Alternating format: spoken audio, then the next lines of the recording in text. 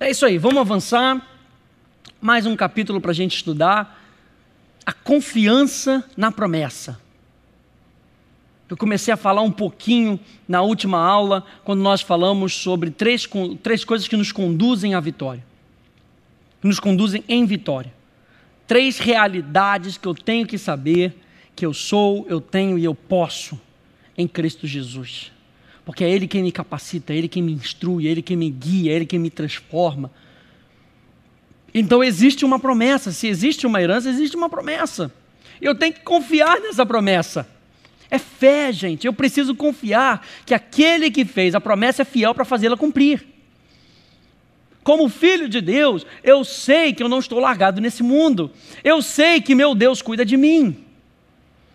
Abra lá comigo em Tito, capítulo 3, verso 4 a 7.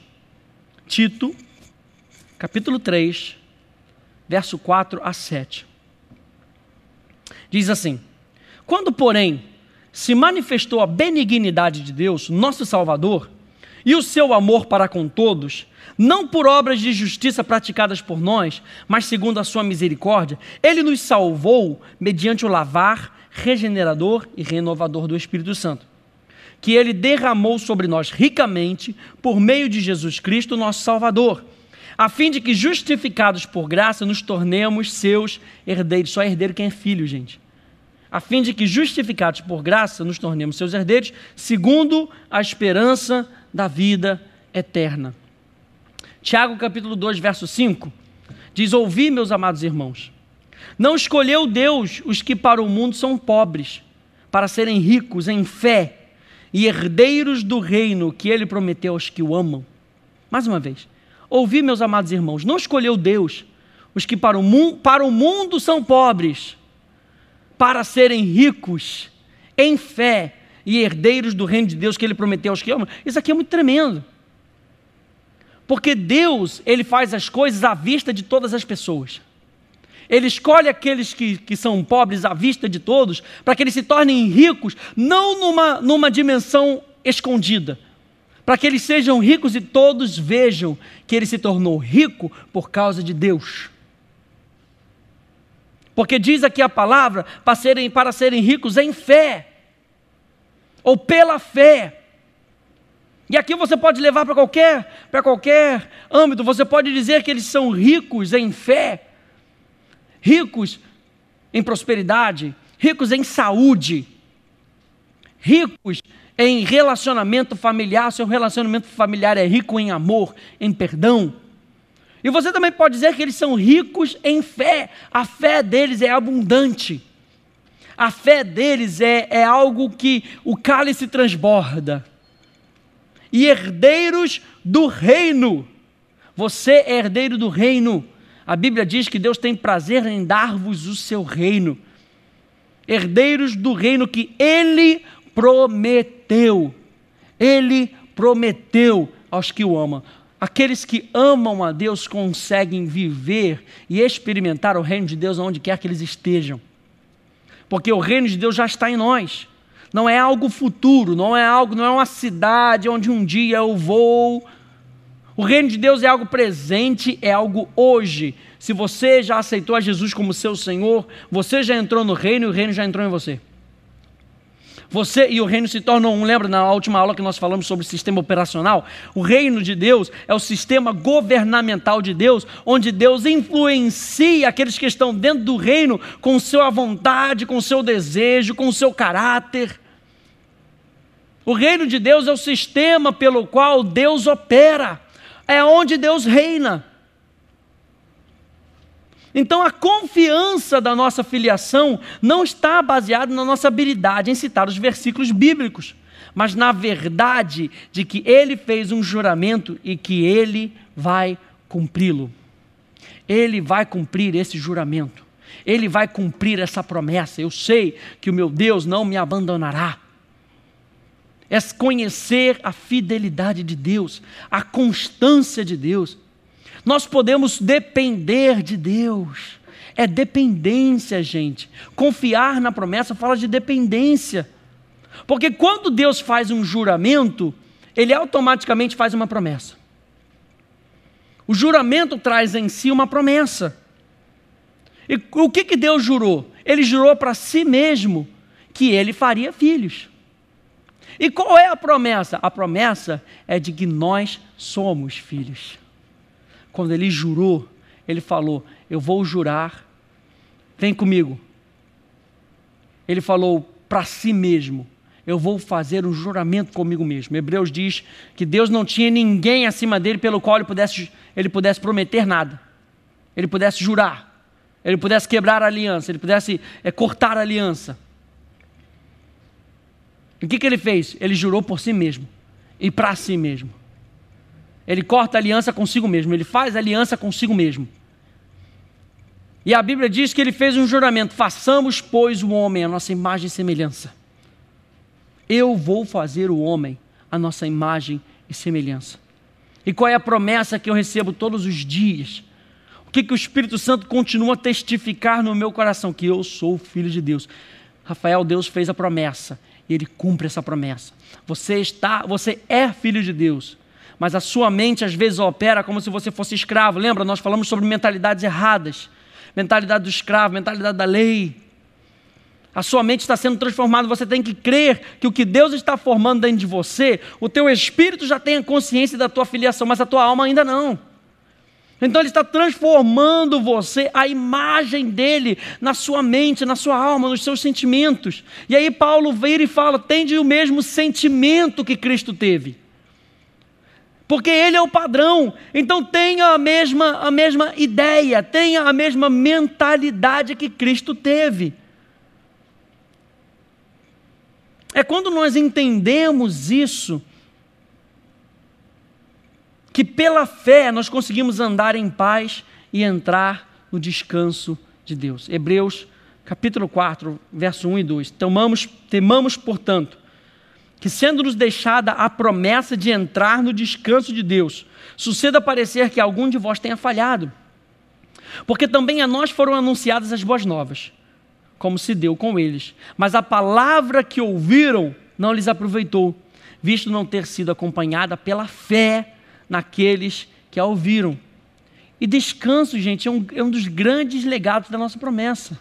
Se você sabe que você tem uma herança abundante de dinheiro, você talvez esteja passando por uma dificuldade, você talvez não tenha conseguido crescer suficientemente para poder administrar aquela herança, mas você sabe que ela é sua. Você sabe que como filho você tem direito àquela herança. Você sabe que como filho, nós falamos isso da última vez, você tem direito, foi te feito disponível. Mas nós precisamos crescer. E descanso é um dos grandes legados dessa promessa. Deus quer que dependamos desta promessa. Porque é sobre essa promessa que entendemos que somos chamados para mostrar a glória, a grandeza, a compaixão, as misericórdias de Deus nosso Pai, porque a sua própria natureza foi transformada para refletir a natureza do Pai. Adão perdeu a glória de Deus, destituído foi da glória de Deus. Aí a Bíblia diz que todos carecem novamente da glória. O que é essa glória? É justamente o refletir da natureza de Deus. Deus, Ele te transforma em filho para que você passe novamente a refletir a natureza dEle. Deus te transforma em filho para que as pessoas olhem para você e realmente vejam o Pai. Gente, isso é adoração na sua maior essência. A adoração de que nós glorificamos a Deus. Nós não glorificamos a Deus somente quando você dá glória, ou usa a palavra glória. A gente fala no culto, vamos glorificar a Deus. A primeira coisa que a pessoa fala é glória a Deus. Ela não sabe refletir às vezes. Ela não sabe fazer repercutir quem Deus é. Glória. Repercutir a fama de Deus.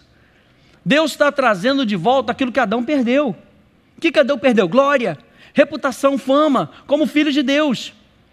Adão perdeu a essência do que ele foi chamado para fazer. Ele não foi só chamado para ter um relacionamento com Deus. Adão foi feito para que através do relacionamento, da dependência, da obediência, da submissão, do serviço, do amor que ele tinha com Deus, ele pudesse influenciar tudo com aquela natureza. Tudo estava debaixo do domínio do Filho de Deus, Adão, na terra. A terra estava sujeita, porque Deus disse para o homem, sujeitai-a. A terra estava sujeita ao Filho de Deus, Adão, Filho de Deus. E quando ele perde reputação, a criação deixa de acreditar. E a criação havia sido feita para sustentar o homem. Ela deixa de acreditar no homem e passa a não mais suportar o homem com descanso, numa posição de descanso. Agora o homem tem que trabalhar e fazer a terra, fazer a terra me abençoar. É o que muitos crentes fazem, eles não vivem refletindo glória. Então eles têm que fazer a bênção chegar até mim. Eu tenho que criar mecanismos para que a bênção me alcance. E toda vez que você reflete a glória de Deus, a bênção cola nas tuas costas. Bondade e misericórdia certamente me seguirão. Nós falamos na última aula que o nosso chamado demanda que nós sigamos a Cristo. Quando você segue a Cristo, as bênçãos, elas te seguem, porque você está seguindo a Cristo. Você não precisa procurar. Adão, no início de todas as coisas, ele não procurava, ele sujeitava, as coisas vinham e serviam. Tudo foi criado para servir Adão. Seu Adão, o que o senhor está precisando? Seu Adão, quer mais um pouquinho de água? Seu Adão, quer que traga um travesseiro melhor? As coisas vinham, Adão era mimado pela criação. E olha só, isso aqui é interessante. A criação estava tudo ali, é igual a geladeira cheia. Você às vezes fica perdido, o que eu vou comer, o que eu vou pegar, e aqui, isso aqui, você passa meia hora com a geladeira aberta, gastando energia, mas está tudo lá, tudo servindo você. Você quer o quê? Um macarrão? Tem macarrão. Você quer feijão? Tem feijão. Você quer um arrozinho? Tem feijão, tem arroz. Está tudo lá para você. Mas a realidade é que Adão se encontrava com Deus todos os dias. Adão se encontrava com Deus todos os dias e ele era treinado. Adão não nasceu sabendo todas as coisas. Adão era treinado pelo Espírito Santo. Todos os dias, na viração do dia, onde havia descanso. Na viração fala de descanso porque o sol ele já não está mais tão forte. Há uma brisa, há um descanso. Era nesse descanso que Deus vinha ter com o homem. Foi nesse descanso que Deus veio a ter com o profeta. Foi ali que ele reconheceu a voz de Deus. Não estava no trovão, não estava na tempestade, não estava no terremoto, estava numa brisa suave, na posição de descanso. E nós fomos chamados para glorificar a Deus. Nós fomos chamados para honrar a Deus. Mas eu sei que existe uma promessa. Então eu confio nessa promessa. E qual é essa promessa, Rafael? A primeira coisa, nós estamos tratando sobre coisas básicas, sobre filhos de Deus. Existem várias promessas no livro. Existem várias promessas aqui nas Escrituras. Mas a promessa inicial é de que nós somos filhos de Deus. Eu e você somos filhos de Deus. Portanto, o seu trabalho é sacerdotal. Você, como embaixador do reino, o seu trabalho é sacerdotal. Você serve os interesses de Deus e de Cristo ao refletir a sua glória entre os homens. O seu trabalho é sacerdotal. Eu nunca posso me esquecer de que eu vivo para Deus, eu amo a Deus, eu vivo através de Deus, mas o meu trabalho é sacerdotal. Eu preciso influenciar outras pessoas. Eu preciso ser o link onde as pessoas não conseguem ver a Deus nesse mundo porque os seus olhos estão cegos. Eu preciso ser essa luz. E eu só sei que eu sou essa luz se eu entender que eu sou filho de Deus. O meu trabalho é sacerdotal, mas a minha posição é real. Nós vamos falar mais disso aí num módulo mais à frente, onde nós vamos tratar sobre nós sermos reis e sacerdotes. O que isso quer dizer? Nós somos reis e sacerdotes. O meu trabalho é sacerdotal, mas a minha posição é real, porque você é filho de um rei. Êxodo 19, 3-6. Subiu Moisés a Deus, e do monte o Senhor o chamou e lhe disse: assim falarás à casa de Jacó, e anunciarás aos filhos de Israel: tendes visto o que fiz aos egípcios, como vos levei sobre asas de águias e vos cheguei a mim. Agora, pois, se diligentemente ouvirdes a minha voz e guardardes a minha aliança, então sereis a minha propriedade peculiar dentre todos os povos, porque toda a terra é minha. Vós me sereis reino de sacerdotes e nação santa. São estas as palavras que falarás aos filhos de Israel. Hebreus 4:3. Nós, porém, que cremos, entramos no descanso. Conforme Deus tem dito. Olha a promessa. Conforme Deus tem dito. Assim jurei na minha ira, não entrarão no meu descanso, embora certamente as obras estivessem concluídas desde a fundação do mundo. Desde a fundação do mundo, Deus tem oferecido filiação. Deus tem oferecido um relacionamento superior. Ele ofereceu para Israel, mas Israel não quis, porque demandava entrar na presença, porque demandava viver acima do limite, porque demandava viver acima da zona de conforto, demandava estar na presença de Deus. E a presença de Deus é o lugar onde pecado não pode haver. Na nossa natureza, a nossa nova natureza não é pecaminosa. Quando você recebe, veja bem, quando você recebe a nova natureza, a fábrica do pecado é fechada. Existem requisitos na nossa mente, mas a fábrica, a natureza é fechada. Você não é mais por natureza pecador. Você não é um pecador salvo pela graça. As duas realidades não combinam. Porque você sabe que o pecador é aquele que está abraçado pelo inferno. E você sabe que aqueles que são salvos, que têm uma nova natureza, eles estão numa dimensão chamada céu, Uranos, uma dimensão elevada. Você sabe disso. Então como é que aquele que está numa dimensão elevada pode ser aquele que está abraçado pelo inferno? Essas duas realidades não combinam. Deus ofereceu a promessa de filiação, mas o povo de Israel disse muito obrigado, mas não. Por quê? Porque para entrar em aliança com Deus, eles teriam que entrar na presença de Deus. Porque é a presença de Deus que tira o pecado, é a presença de Deus que transforma o ser humano, e nunca quando praticamos a lei. Depois você lê lá 2 Coríntios capítulo 3, versos 7 e 8. E lá do verso 7 ao verso 18. E lá no verso 17 vai dizer assim: ora, o Senhor é o Espírito, e onde está o Espírito do Senhor, aí é liberdade. E todos nós, com o rosto desvendado, isso fala de intimidade com Deus. O rosto tem a ver com a intimidade, face a face na presença de Deus. Na luz, você consegue entender, você consegue ver, você consegue contemplar, você consegue observar. E quanto mais você contempla, mais você se torna. Quanto mais você contempla, mais você se torna. Quanto mais você adora, e adoração também tem a ver com contemplação. Quanto mais você contempla na realidade da adoração, você se torna.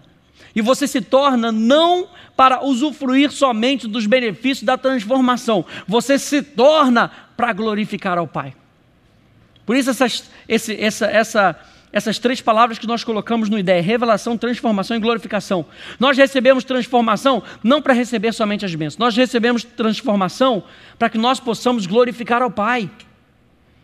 A nossa vida transformada é para glorificar ao Pai. Então, quando nós somos transformados, nós somos capazes de receber a promessa da filiação pela fé. Pela fé. Hebreus capítulo 4, verso 8 até 15. Ora, se Josué lhes houvesse dado descanso, não falaria posteriormente a respeito de outro dia. Portanto, resta um repouso para o povo de Deus. Porque aquele que entrou no descanso de Deus, também ele mesmo descansou de suas obras, como Deus das suas. Esforcemo-nos, pois, lembra de receber, tomar. Nós falamos na última aula, esforcemo-nos, pois, por entrar naquele descanso. a fim de que ninguém caia segundo o mesmo exemplo de desobediência. Porque a palavra de Deus é viva e eficaz, e mais cortante do que qualquer espada de 2 gumes, e penetra até ao ponto de dividir alma e espírito, juntas e medulas, e é apta para discernir os pensamentos e propósitos do coração. E não há criatura que não seja manifesta na sua presença, pelo contrário, todas as coisas estão descobertas e patentes aos olhos daquele a quem temos de prestar contas. Tendo, pois, a Jesus, o Filho de Deus, como grande sumo sacerdote, que penetrou os céus, conservemos firmes a nossa confissão. Confissão do quê? De que Deus fez a promessa. Porque não temos sumo sacerdote que não possa compadecer-se de nossas fraquezas. Antes, ele foi tentado em todas as coisas, a nossa semelhança, mas sem pecado. Então, se nós somos filhos, quais são essas promessas de filiação que nós temos? Gálatas capítulo 3, verso 16 a 19, vai nos dizer isso. Ora, as promessas foram feitas a Abraão, e ao seu descendente. Não diz, e aos descendentes, como se falam de muitos, porém como de um só, e ao teu descendente, que é Cristo, diz a palavra. E digo isso, uma aliança já anteriormente confirmada por Deus, a lei, que veio 430 anos depois, não a pôde abrogar, de forma que venha a desfazer a promessa. Nada pode desfazer dessa promessa. Nada pode desfazer a promessa de que Deus jurou para si mesmo: nós vamos fazer o homem a nossa imagem e semelhança. Nada pode desfazer essa promessa, porque se a herança provém de lei, já não decorre de promessa, mas foi pela promessa de Deus que Deus a concedeu gratuitamente a Abraão. Qual, pois, a razão de ser da lei? Foi adicionada por causa das transgressões, até que viesse o descendente a quem se fez a promessa, e foi promulgada por meio de anjos, pela mão de um mediador. Então, a Bíblia está falando aqui de Cristo, que essa promessa não é uma promessa feita para as coisas terrenas, ou seja, para pessoas, né, para um povo apenas. O que eu quero dizer é isso. Não é feita apenas para um povo. Ah, tá, os judeus são descendentes de Abraão, a promessa é deles. A promessa é para aqueles que estão em Cristo. A promessa foi cumprida em Cristo, e nós que estamos em Cristo nos beneficiamos dessa promessa. Gálatas 3, 26 a 29, pois todos vós sois filhos de Deus mediante a fé em Cristo Jesus. Porque todos quantos fostes batizados em Cristo, de Cristo vos revestistes. De Sarte, não pode haver judeu, nem grego, nem escravo, nem liberto, nem homem, nem mulher, porque todos vós sois um em Cristo Jesus. E se sois de Cristo, também sois descendentes de Abraão e herdeiros segundo a promessa. A promessa é que Abraão seria pai. Olha só que interessante. A promessa não é só o livramento da lei. A promessa é que Abraão seria pai de muitos filhos. A promessa é que haveriam filhos. Poucos filhos? Não, muitos filhos. As estrelas do céu, as areias da praia. A promessa que Deus estava fazendo a Abraão era uma promessa espiritual. Abraão, você vai ser o pai de muitas nações, assim como Deus vai ser o pai de muitos filhos. A promessa está para a nossa filiação. E isso seria uma bênção. Isso é uma bênção para a criação. Isso é uma bênção para essa terra. Porque a criação geme. Ela geme não por qualquer coisa. A Bíblia fala que ela geme pela manifestação dos filhos.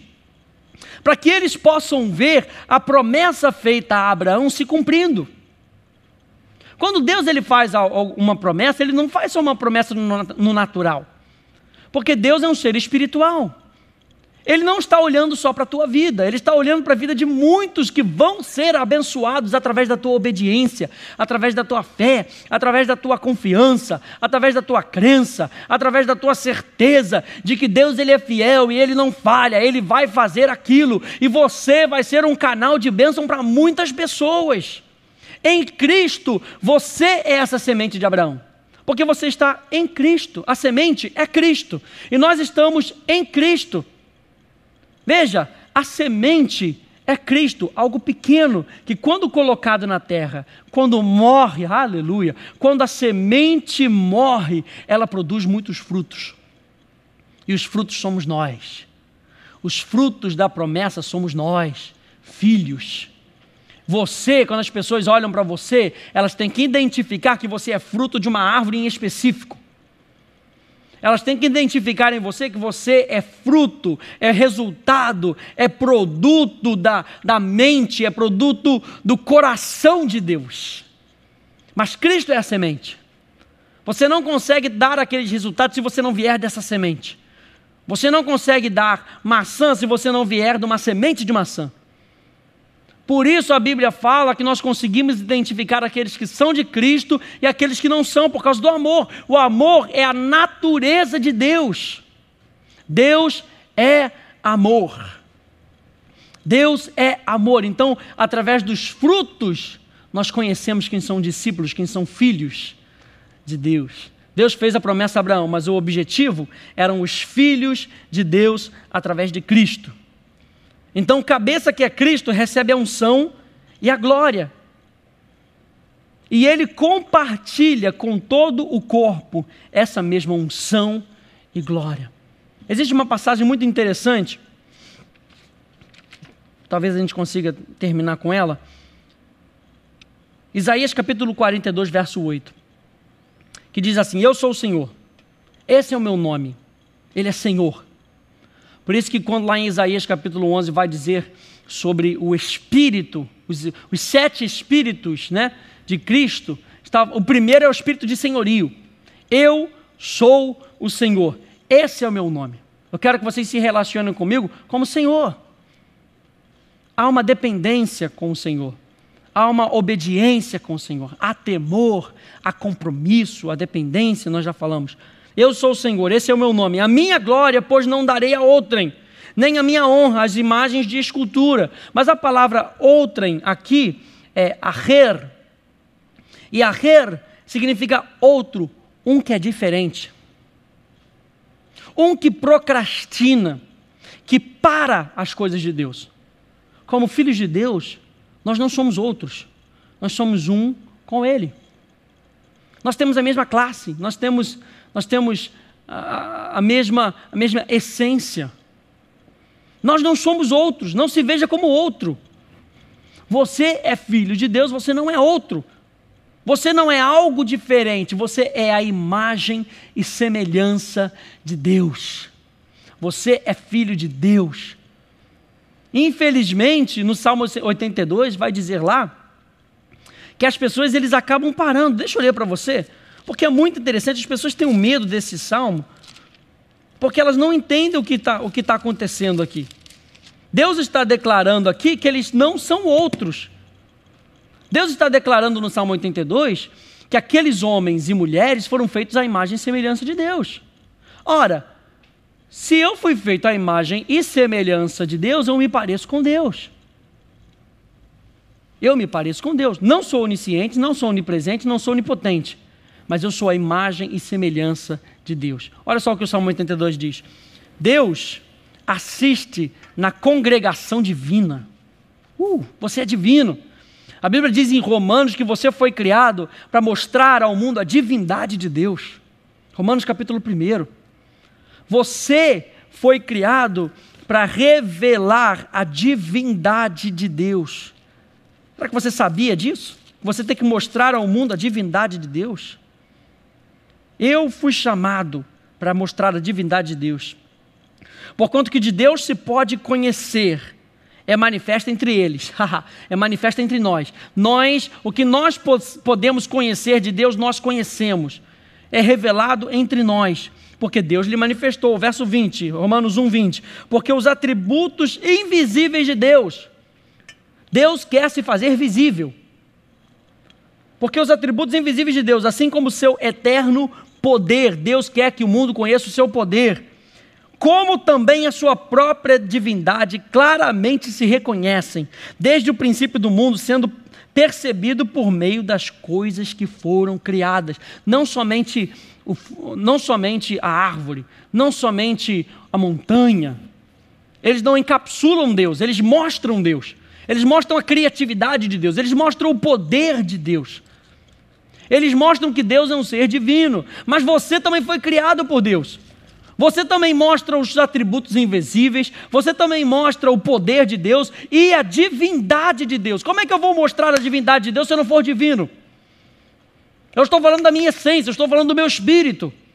Nós somos filhos de Deus, e no Salmo 82 diz que Deus assiste na congregação divina, no meio dos deuses.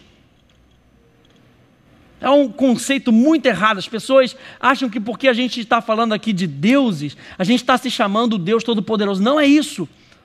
Mas a minha natureza é divina. E Deus assiste na congregação daqueles que são divinos. Na congregação divina, entre deuses. Entre deuses. É lá que ele estabelece o seu julgamento. Mas aí ele diz que as pessoas começaram a se considerar como outros, uma classe diferente. Eles começaram a se achar diferentes de Deus. Por que você pode se relacionar com Deus, com o mesmo espírito, mesmo pensamento, mesma essência? Você não é outro, você é filho de Deus. Até quando julgareis injustamente e tomareis partido pela causa dos ímpios? Fazeis justiça ao fraco e ao órfão, procedei retamente para com o aflito e desamparado, socorrei o fraco e o necessitado, tirai-os das mãos dos ímpios. Nós temos que fazer como filhos de Deus, nós temos que mostrar o divino poder dele, nós temos que mostrar que Deus é Deus. Eles nada sabem, nem entendem, mas a Bíblia diz em Romanos que nós entendemos e nós sabemos, nós conhecemos, porque a nós foi manifesto. Eles nada sabem nem entendem, vagueiam em trevas, vacilam todos os fundamentos da terra. Eu disse, sois deuses. Eu disse, e Deus está falando mais uma vez para eles, eu disse para vocês, vocês não são diferentes, vocês têm a mesma essência, vocês têm o mesmo poder que ressuscitou a Cristo, é o poder que opera em nós, é o poder do Espírito Santo. Nós vimos isso na aula passada, nós vimos que é o poder, é dunamis, é o poder do Espírito Santo. Eu disse, sois deuses, sois todos filhos do Altíssimo. Agora presta atenção. Todavia, como homens morrereis, e como qualquer dos príncipes, a vez de sucumbir. Levanta-te, ó Deus, e julga a terra, pois a ti compete a herança de todas as nações. O problema é que as pessoas morrem pensando que são outros. Pensando que são diferentes de Deus, e por isso elas não conseguem mostrar ao mundo os atributos invisíveis, o poder, nem a divindade de Deus. Nós somos totalmente dependentes e Ele nos apoia totalmente, porque vivemos segundo a palavra. Não porque somos bonitos, não porque somos interessantes, porque temos uma palavra legal, uma homilética legal, uma exegese legal. Não, porque nós vivemos segundo a palavra. Pedro não tinha exegese, não tinha homilética, não tinha nada. O que ele tinha? Poder. Ouro e prata eu não tenho, mas uma coisa eu tenho: levanta e anda. Ele tinha confiança na promessa. Como filho de Deus eu tenho herança, e uma das heranças é isso: eu tenho o Espírito Santo em mim. Eu tenho isso para você: levanta e anda, eu te comando. Eu comando que a doença de você pare de subjugar o teu corpo, levanta e anda. Os atributos invisíveis, o poder de Deus, a divindade de Deus. Por isso que às vezes as pessoas, elas começam a venerar o homem. Elas veem que o homem, ele começa a mostrar a divindade, elas pensam que o homem é a divindade. O homem é o ser supremo. O homem é o Deus Todo-Poderoso, o Altíssimo. Não, nós somos filhos do Altíssimo, dependentes do Altíssimo. Tanto que Adão foi feito à essência de Deus, mas quando ele pecou, ele saiu, ele perdeu a glória, ele perdeu essa reputação. Que reputação que ele perdeu? A reputação de filho do Altíssimo. Ele passou a ser um outro. Ele passou a ser um que é diferente, porque a natureza que ele tinha já não estava mais, já não servia mais para se comunicar com Deus de forma irrestrita. Ele não podia mais viver no descanso. As pessoas olham, e porque o apóstolo faz isso, o profeta faz aquilo, você venera a escultura. Você venera aquilo que foi criado para resplandecer. A luz não vem dele. Ele resplandece, ele é um meio para que Deus seja visto, para que o invisível seja feito visível. E aí as pessoas começam a adorar a criação. Por quê? Porque a criação manifesta a glória de Deus. Ora, então Deus está na criação, Deus está na planta. E vira um panteísmo. Deus está em todos os lugares. Deus está na imatéria. Deus habita nos seus filhos. Perdão. Deus habita nos seus filhos. Deus habita em você. Foi ali que Ele escolheu para habitar. E através de você, Ele quer ser feito visível. Ele quer que você demonstre o poder dEle. Ele quer que você mostre a divindade dEle. Como é que você mostra a divindade dEle? Através do seu caráter, da sua natureza. Sua natureza é divina. Amor, alegria, paz, paciência, benignidade, bondade, fidelidade, mansidão, domínio próprio, caráter. O Espírito Santo está formando isso em nós. Você não é outro.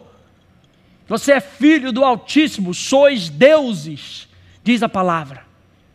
Entenda o que eu estou falando. Mais uma vez eu repito, porque as pessoas não ouvem o que tem que ser ouvido. Você não é onisciente, você não é onipresente, você não é onipotente, você não é Jeová. Você é filho dele. Você tem o DNA dele, mas você não é ele. Mas também você não é outro. Você não é. Deixa isso cair no teu espírito. Você tem que andar nessa terra. Como é que os apóstolos conseguiram virar o mundo de cabeça para baixo, sabendo que eles não eram outros? E o diabo sabendo que o ego é algo muito forte no homem, o que ele faz? Ele pega essa realidade e ele infla essa realidade. Ele infla essa realidade, porque o diabo, quando ele não consegue te parar, ele acelera você, gente. Então o que ele faz? Essa realidade, o camarada sabe que ele é divino, ele sabe que ele tem que mostrar os atributos invisíveis de Deus, o poder de Deus e a divindade de Deus. Sabe o que eu vou fazer? Eu vou inflar isso nele. Aí a vaidade começa a ser a queda do homem. Ele passa a querer ser aquilo que ele não é. Que foi o erro do diabo, foi o erro de Lúcifer. Ele quis ser aquilo que ele não era. Ele havia sido criado para refletir. Ele havia sido criado para dar glória a Deus, não para receber a glória. E aí o que o homem faz? O homem começa a glorificar a si mesmo, a receber a glória e ficar com a glória, porque afinal de contas eu sou divino. Afinal de contas eu sou supra-sumo, afinal de contas eu sou, e aquilo começa a crescer. Gente, você foi feito para glorificar. Você foi feito para glorificar. No momento que você começa a receber e ficar com a glória, aquela glória te destrói. Aquela glória cessa o canal do fluir de Deus na sua vida. É um ferro que está conectado na parede, está quente, de repente você tira. Ele vai continuar quente por um tempo, mas depois esfria. Nós somos filhos do Altíssimo. Nós somos filhos do Altíssimo, mas não somos outros. Não somos outros. A promessa de Deus, então, o que ela inclui? Nós sermos vestidos com a glória de Deus. Há descanso na sua provisão e proteção. A confiança no seu futuro, porque Ele tem o futuro em suas mãos. Ele sabe o fim desde o início, desde o começo. 2 Coríntios 4,17. Porque a nossa leve e momentânea tribulação produz para nós eterno peso de glória, acima de toda comparação. Você foi ressuscitado na glória de Deus. O que significa que você tem o caráter do Pai, a atitude do Filho e a nobreza do Espírito em você. Essa é a nossa vida de adoração como filhos do Altíssimo. Amém? Que Deus te abençoe no nome de Jesus.